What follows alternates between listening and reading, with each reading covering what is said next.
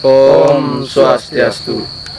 Baik teman-teman, kembali lagi bersama kami bertiga dalam channel Taksu Poleng. Nah, kali ini kita berada di Kelurahan Banyuning, tepatnya di Banyuning Timur, di sekitaran Jalan Pulau Obi ya.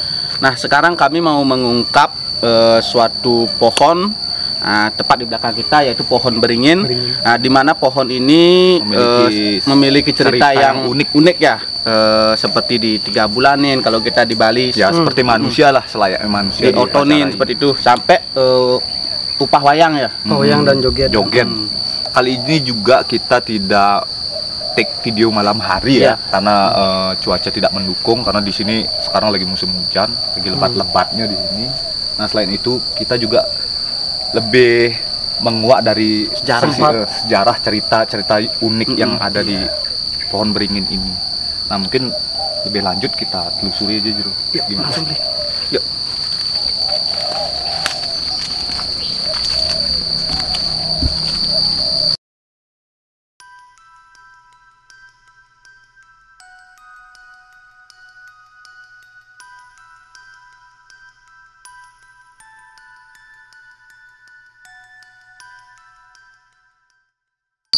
Nah, kali ini kita sudah berada tepat di bawah pohon beringin yang kita ceritakan itu ya.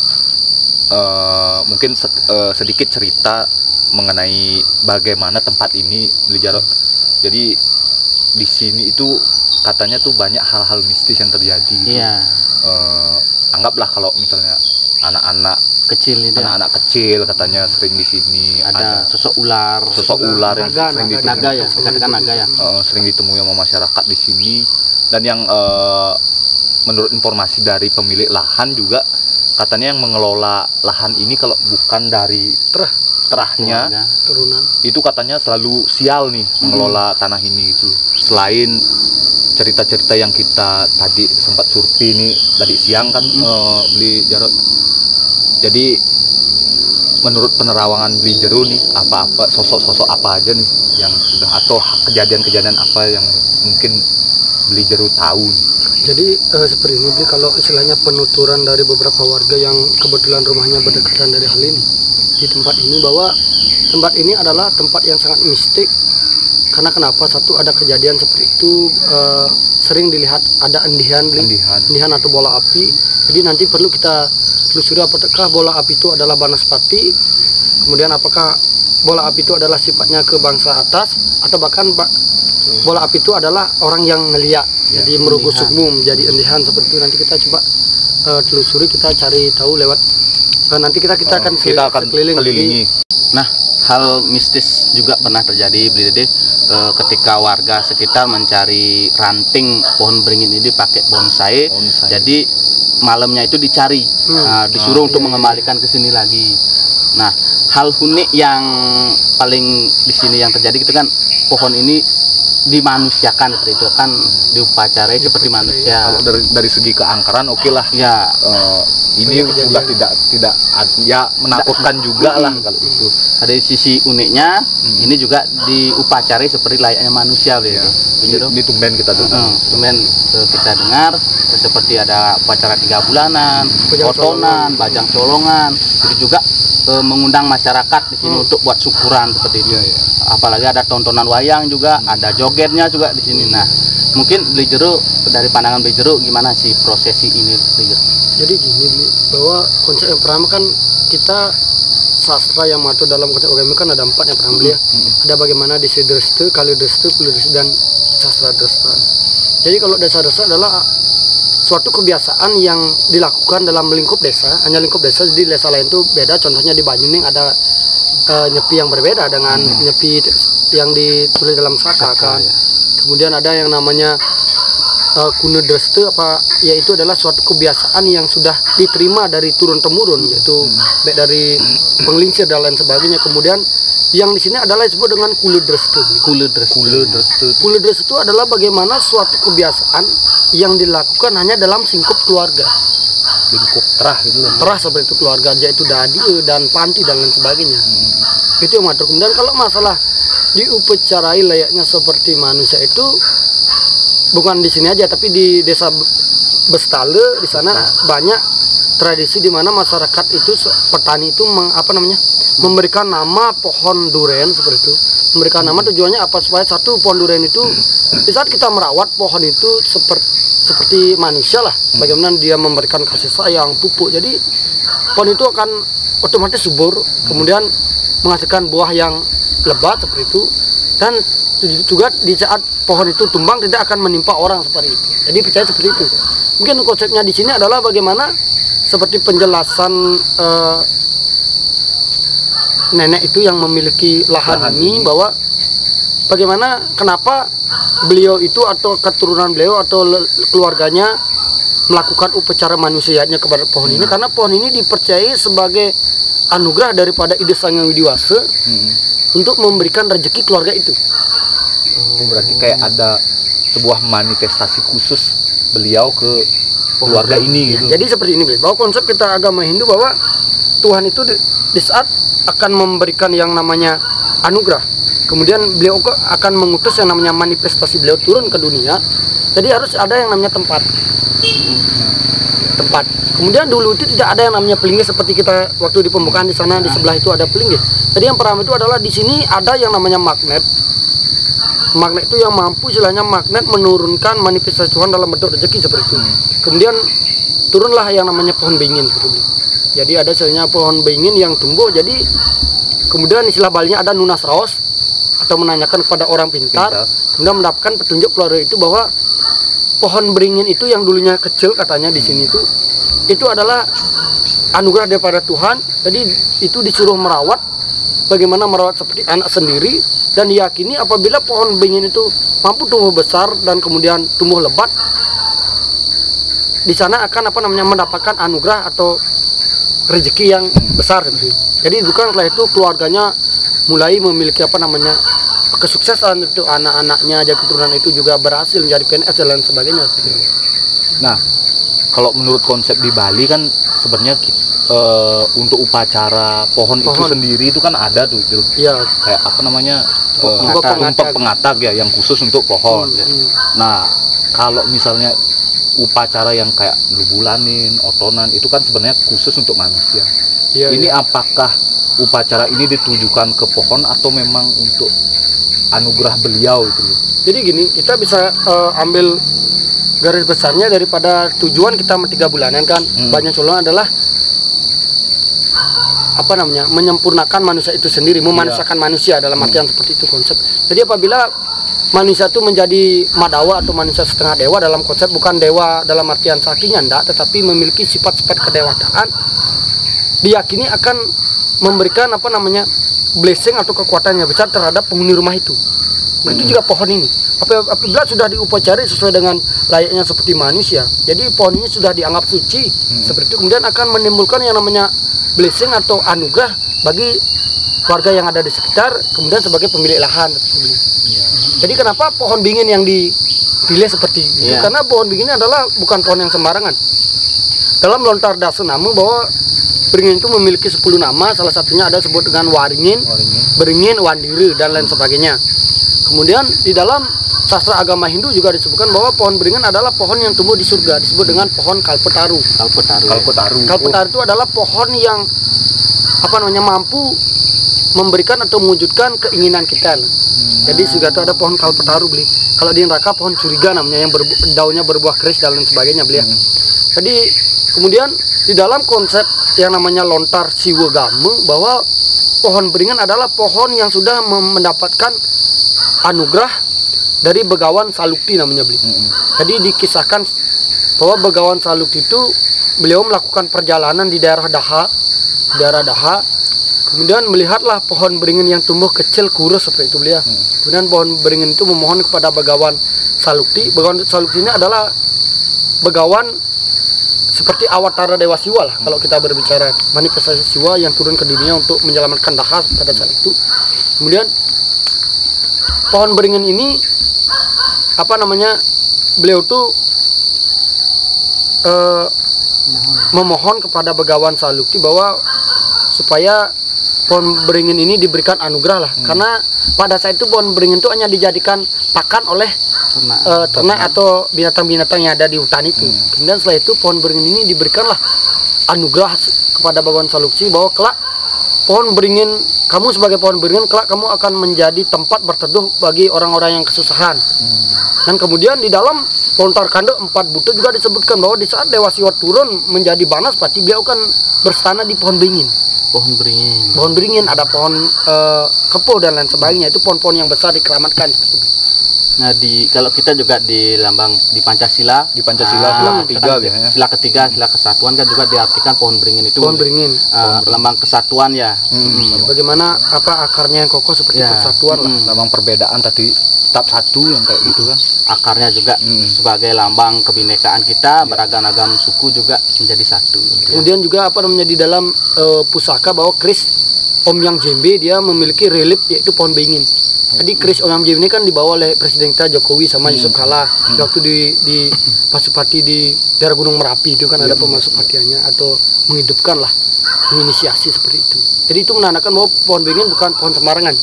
Jadi mungkin kita setelah ini kita akan jalan kita sekeliling siapa sih sosok beliau yang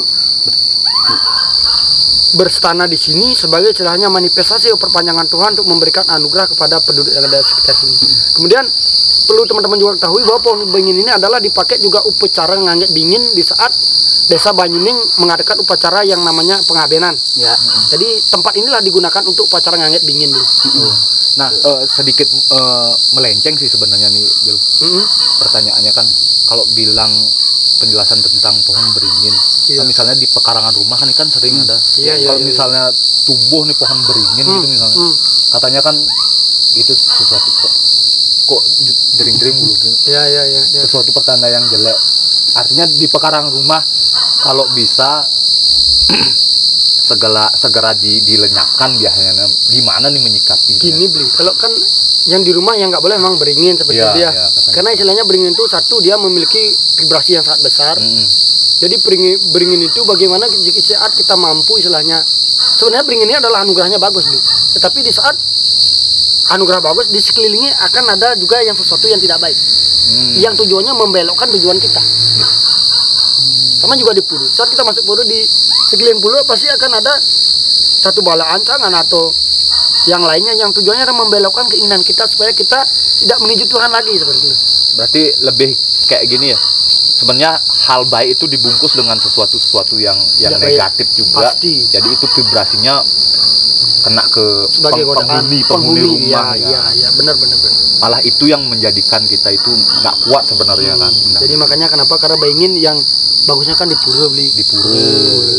Itu disarankan kalau di rumah jangan menanam beringin ya. Lebih baik di rumah. Karena soalnya ini kan besar, berbahaya juga. Tapi kan sudah banyak ada teman-teman yang sudah pakai bonsai. Kalau bonsai nggak masalah. Karena akarnya tidak menancap. Selama akarnya tidak menyentuh tanah. Kalau udah menyentuh tanah harus dipotong. Jadi kadang-kadang kan ada pamali juga. Iya, pamali. Benar. Yuk kita lanjut.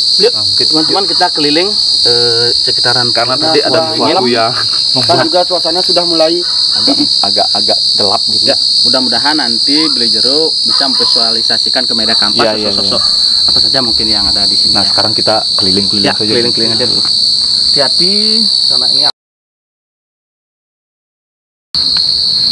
Nah, sebenarnya sih tanahnya ini luas seperti kayak Abian gitu kalau bisa dibilang ya, Tegalan.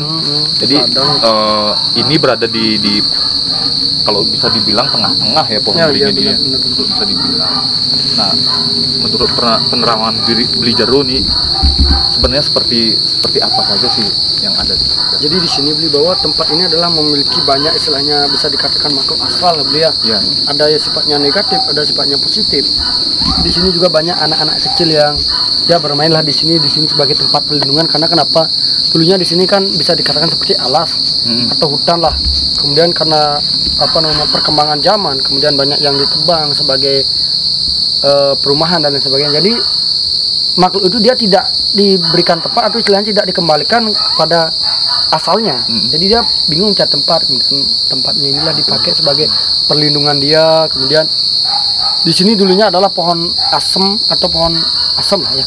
Pohon asem yang sangat besar. Kemudian pohon itu karena dikhawatirkan akan menimpa karena sudah dikatakan batangnya itu sudah mulai rapuh menimpa perumahan. Kemudian dipotonglah sama beliau pemilik lahan ini. Kemudian malamnya dicari seperti itu. Dicari diminta untuk membuatkan tempat atau bahasa Balaynya pelinggih. Kemudian disetanakanlah di sana. Nanti kita bahas di sana ada 3 pelinggih siapa aja yang di sana. Kemudian di sini juga sering dilihat ada endian. Jadi endian itu adalah murni itu orang Lia karena tempat ini juga digunakan. Jadi bagaimana? Karena tempat ini adalah memiliki energi yang besar. Seperti saya katakan tadi bahwa tempat ini adalah memiliki energi yang besar yang mampu menarik kekuatan alam. Jadi tergantung kita kesini untuk apa. Jadi jelas sekali dari tadi kita suara burung hantunya sangat jelas sekali teman-teman. Nah, ngomong-ngomong mengenai manifestasi, artinya beliau turun melalui media pohon beringin ini. Bukan di media, sebagai tempatnya lah. Sebagai tempat artinya melinggih beliau gitu. Iya, bisa dikatakan seperti itu. Jadi belum ada pelinggihnya ya. Kalau bisa dibilang sosok siapa yang melinggih di sini? Jadi di sini bahwa beliau itu adalah sosoknya cantik, dia rambutnya panjang. Terkadang di saat beliau murti, Balaynya kan ada murti. Murti beliau tuh rambutnya uang kepeng. Ada mengatakan Ratu Ayu merambut jinnah juga. Kalau beliau penghuni lahan ini mengatakan bahwa di sini adalah Ratu Ayu Mas Bengin nama beliau. Kemudian ada mengatakan Ratu Ayu Sampian Emas. Kenapa? Karena banyak juga digunakan sebagai tempat nyiwa itu ya. Oh, Sampian Emas itu adalah memiliki anugerah sangat besar. Itu kemudian ada Ratu Dewa Bagus Ngurah Simpen yang berstana di pohon asem yang sudah dipindahkan di gedongnya tengah-tengah. Yang sudah dibuatkan pelinggih nih. Pelinggih. Kemudian yang paling selatan itu adalah Dewa Bagus Ngurah Jakse. Itu adalah beliau yang berstana di Pura Gede Pemayun. Jadi ada bunganya Pura Gede Pemayun. Di sana juga ada Ngurah Jakse. Mungkin nanti kita lanjut kita akan mengungkap. Di sini banyak sebenarnya kalau kita masuk ke tempat ini, di dalam tempat ini adalah memiliki yang namanya seperti bisa katakan ada perumahan. Ada lightingnya mungkin Om Swastiastu. Nanti kalau dari jenis tingkatan jadi bisa lihat di dalam ini dia memiliki kayak rongga-rongga gitu ya. Rongga ini yang mungkin kameramennya bisa sama lightingnya. Nah, jadi di sini ada di alam sekali ini adalah memiliki tempat Di sini ada tempat tempat bisa dikatakan pemukiman makhluk asal. Kan di sini banyak juga. Beliau Ratu Ayu Mas Bengin itu sebagai istilahnya pengamong atau pelindung lah bagi makhluk-makhluk seperti itu. Kemudian beliau lah sebagai pelindungnya. Di sini banyak. Di sana di dalam ini sangat luas seperti itu.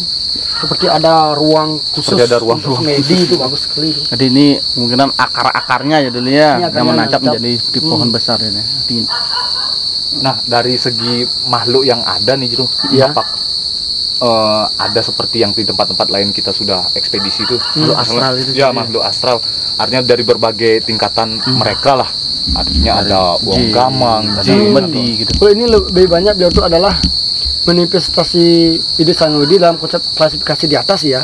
Bisa dikatakan seperti Gandarwa Gandarwa itu adalah bagaimana dia memang dia makhluk asal tetapi lebih tingkatannya lebih tinggi dan juga auranya itu adalah positif. Auranya positif, tidak negatif seperti itu. Jadi salahnya orang yang kesini menggunakan untuk ilmu nyiwu itu kan salahnya dia. Apa yang kita minta yang itu dikasihkan dan itu bahkan akan membuat tempat ini menjadi jelek namanya. Iya benar. Jangan ke sana sembahyang karena di sana sebagai tempat nyiwu tidak ada seperti itu. Tergantung kitanya ya. Iya, tergantung kita. Kita lanjut ke sana. Mungkin langsung aja ke sana ya. Yuk. Jadi beli diri sambil bijarot. Tadi kita sudah keliling dan banyak juga tiang melihat wujud-wujud beliau yang ada di sini, baik itu dari bangsa atas, bangsa bawah, yang negatif dan positif. Sepertinya interaksinya juga ada nih. Interaksinya juga lumayan, tetapi istilahnya tidak mengganggu seperti tempat-tempat terbengkalai. Mungkin sekarang saya akan berusaha memvisualisasikan dalam media kanvas. Langsung aja. Yuk, langsung aja.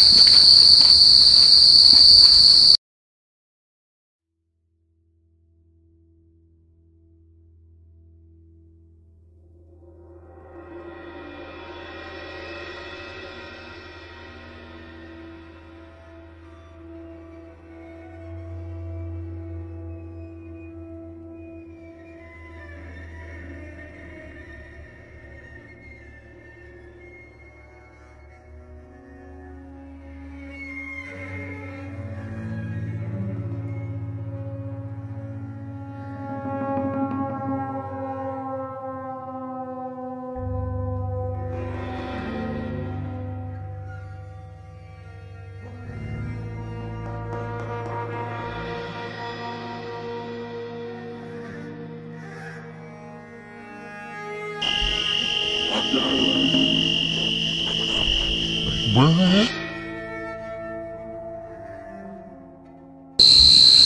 baik teman-teman, itu tadi perjalanan kita menyisiri pohon beringin ini ya. Nah, tadi Beli Jero sudah proses visualisasi ke media kanvas. Ada 3 sosok yang dilukis Beli Jero ya. Mungkin dari 3 sosok ini yang tadi disampaikan Beli Jero dia. Mungkin.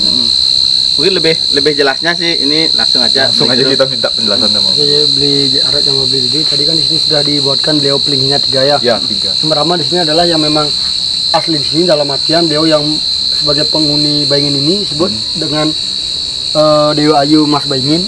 Dewa Ayu Mas memang Baingin. namanya. Nama beliau seperti itu, atau Dewa Ayu apa namanya? Sampian Mas dikatakan sebagai penghuni pemilik lahan ini. Kemudian yang di sini adalah bagaimana beliau sebagai Dewa Bagus Ngurah Simpen yang sebagai gedongnya di tengah-tengah.